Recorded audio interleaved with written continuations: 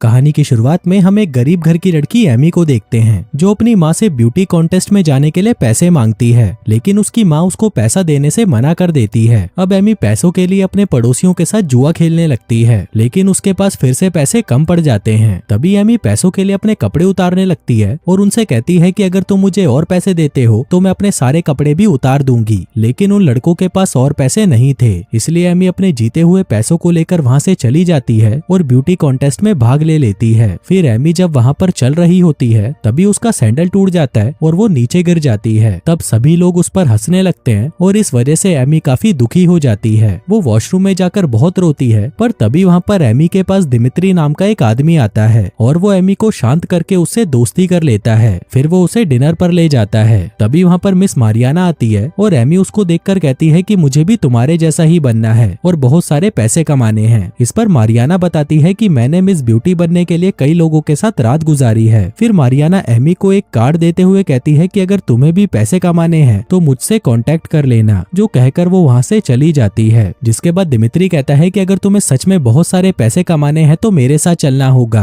अब एमी भी पैसे कमाने के लिए उसके साथ जाने लगती है, लेकिन तभी वहाँ पर एमी की माँ आ जाती है और उसे डांटते हुए वहाँ से ले जाती है। आगे एमी की माँ उसे समझाती है कि अगर तुम्हें पैसे कमाने हैं तो मेहनत से कमाओ। जिसके बाद वो दोनों बस में बैठकर अपने घर की तरफ जाने लगते हैं, लेकिन एमी को अभी भी पैसे कमाने का भूत चढ़ा हुआ था, इसीलिए वो बस से उतरकर मारियाना से मिलने चली जाती है। दरअसल मारियाना और उसकी माँ कॉल गर्ल होती हैं और वो दोनों एमी को भी अपने जैसा बनाना चाहती थी। वो दोनों एमी को एक रूम में भेजती हैं जहाँ पर उसको दिमित्री के साथ इंटीमेट होना था। आगे दिमित्री एमी के साथ इंटीमेट होने लगता है। उसके बाद मारियाना की माँ एमी को पैसा कमाने के लिए कुछ टिप्स देती है, जैसे कि उसे अलग अलग पोजीशन में करने के अलग अलग पैसे लेने चाहिए। जिसके बाद एमी कई अमीर आदमियों के साथ अपनी रातें गुजारने लगती है, जिससे एमी भी बहुत सारे पैसे कमा लेती है। फिर एक दिन पार्टी के दौरान उन लोगों की नजर कुछ कॉल गर्ल्स पर जाती है जो कि बहुत ज्यादा खूबसूरत थी और वो सभी एक लग्जरी बोट पर चढ़ रही थी। तभी उन्हें देखकर एमी मारियाना की माँ से कहती है कि अगर हमें भी बहुत सारे पैसे कमाने हैं तो हमें भी उन लड़कियों की तरह उस बोट पर जाना होगा। लेकिन मारियाना की माँ उसे कहती है कि अभी तुम उस लायक नहीं हुई हो, जो सुनकर एमी को बहुत बुरा लगता है। लेकिन तभी वो उस बोट पर एक आदमी को देखती है और मारियाना से कहती है कि हमें पैसा कमाने के लिए इस आदमी से कांटेक्ट करना होगा।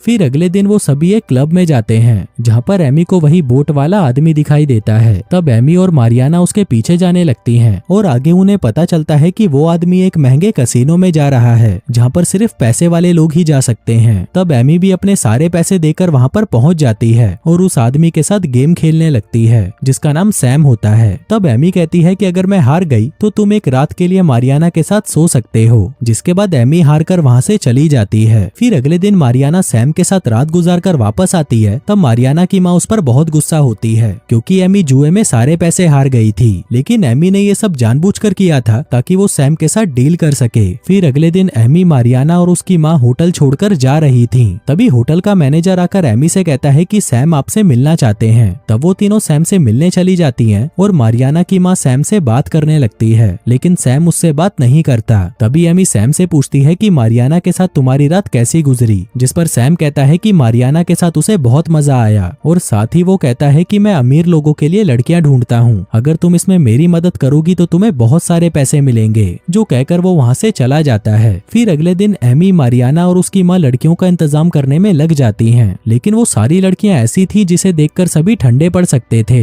इसीलिए एमी उन लड़कियों को रिजेक्ट कर देती है। तभी मारियाना बताती है कि मैगजीन के फ्रंट पेज के लिए उसका सिलेक्शन हो गया है। जिसके बाद एमी और मारियाना फोटो खिंचवाने के लिए जाते हैं। यहाँ पर एमी को एक किताब मिलती है जिसमें सभी मॉडल्स और टीवी एक्ट्रेस के नंबर थे। तब एमी उन सभी को इंटरव्यू के लिए कॉल कर देती है और अगले दिन एमी उन सभी का इंटरव्यू लेने लगती है और उन सभी को सिखाने लगती है कि कैसे मर्दों को आकर्षित करना है। अब ये सब चल ही रहा था कि तभी वहाँ पर एमी की माँ आ जाती है और उसमें से कुछ लड़कियां वहाँ से जाने लगती हैं। तभी एमी अपनी माँ को देखती है, लेकिन एमी की माँ को सब कुछ पता चल चुका था। एमी बाहर आकर अपनी माँ को समझाने की कोशिश करती है, लेकिन एमी की माँ उसकी बातें नहीं सुनती, जिससे एमी गुस्सा होकर कहती है कि आप भी तो कई बार अपने बॉस के साथ सो चुके हो। तब ये सुनकर एमी की माँ और भी ज्यादा गुस्सा हो जाती है और एमी के दिए हुए पैसे उसके मुंह पर फेंककर वहाँ से चली जाती है। जिसके बाद एमी बहुत दुखी हो जाती है। तब मारियाना एमी को चुप कराती है और उसे थोड़ी हिम्मत देती है। फिर अगले दिन हम देखते हैं कि एमी ने सैम के मुताबिक खूबसूरत लड़कियों का इंतजाम कर लिया था, जिनमें कमीला नाम की एक वेट्रेस भी थी जो अपने बॉयफ्रेंड को पैसे देने के लिए लिए एमी के साथ आई थी।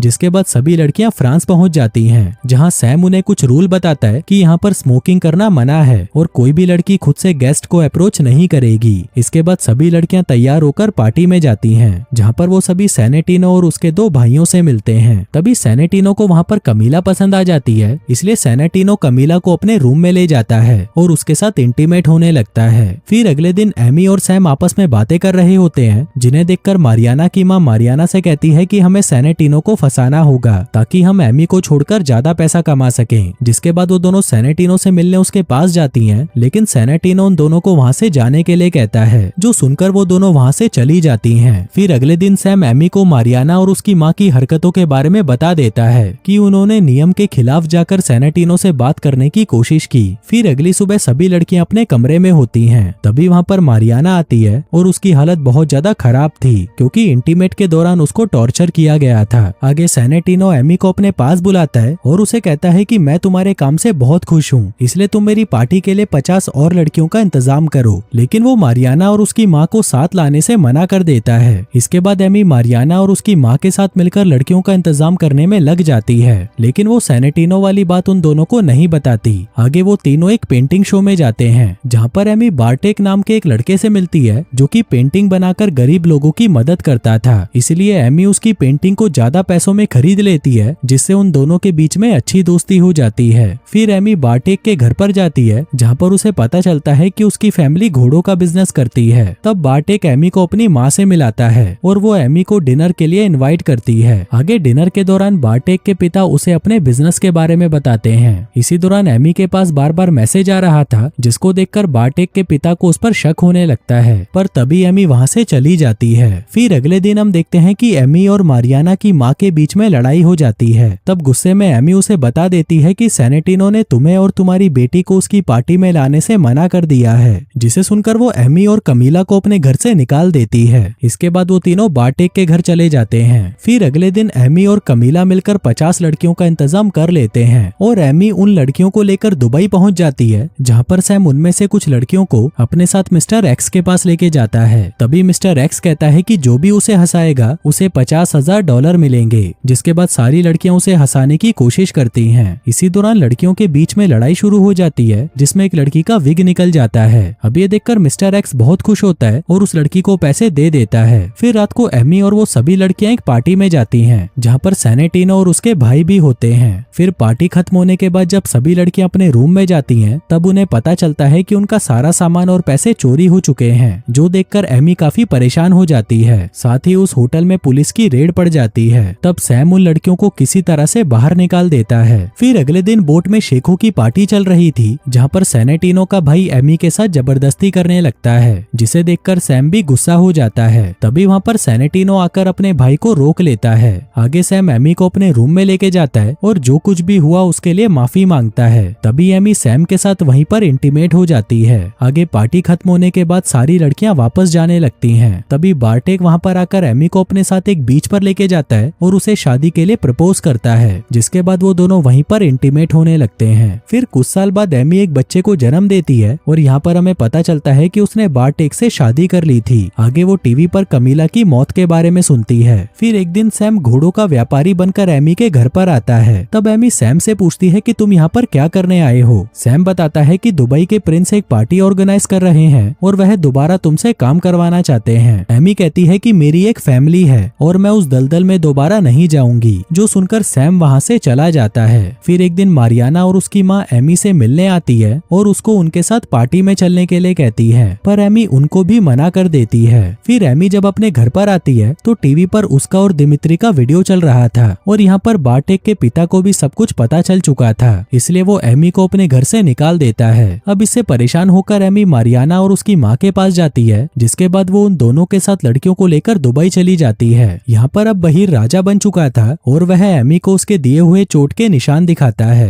तभी एमी जल्दी से मारियाना और उसकी माँ के पास जाकर उनको वहाँ से निकलने के लिए कहती है, लेकिन मारियाना की माँ कहती है कि हमें पता है कि सेनेटिनो मर चुका है और अब बहीर ही यहाँ का राजा है और उसी के कहने पर तो हम तुम्हें यहाँ पर लेकर आए हैं। जो सुनकर एमी वहाँ से भाग जाती है और भागते भागते एक रेगिस्तान में पहुँच जाती है, लेकिन बहीर उसे पकड़ लेता है और वापस लाकर उसके साथ जबरदस्ती करने लगता है, जिसकी वजह से उसकी हालत खराब हो जाती है। जाती है। फिर कुछ दिन बाद वो अपनी बेटी से मिलने जाती है, लेकिन तभी पुलिस वाले उसे पकड़ लेते हैं क्योंकि कमीला की मौत एमी की वजह से हुई थी और एमी का पता पुलिस को कमीला के बॉयफ्रेंड ने दिया था, जिसके बाद एमी को जेल हो जाती है। फिर कुछ सालों बाद एमी जेल से छूट जाती है और अब वो अपनी माँ की शॉप में काम करने लगती है। और दोस्तों, इसी के साथ ही ये कहानी यहीं खत्म हो जाती है।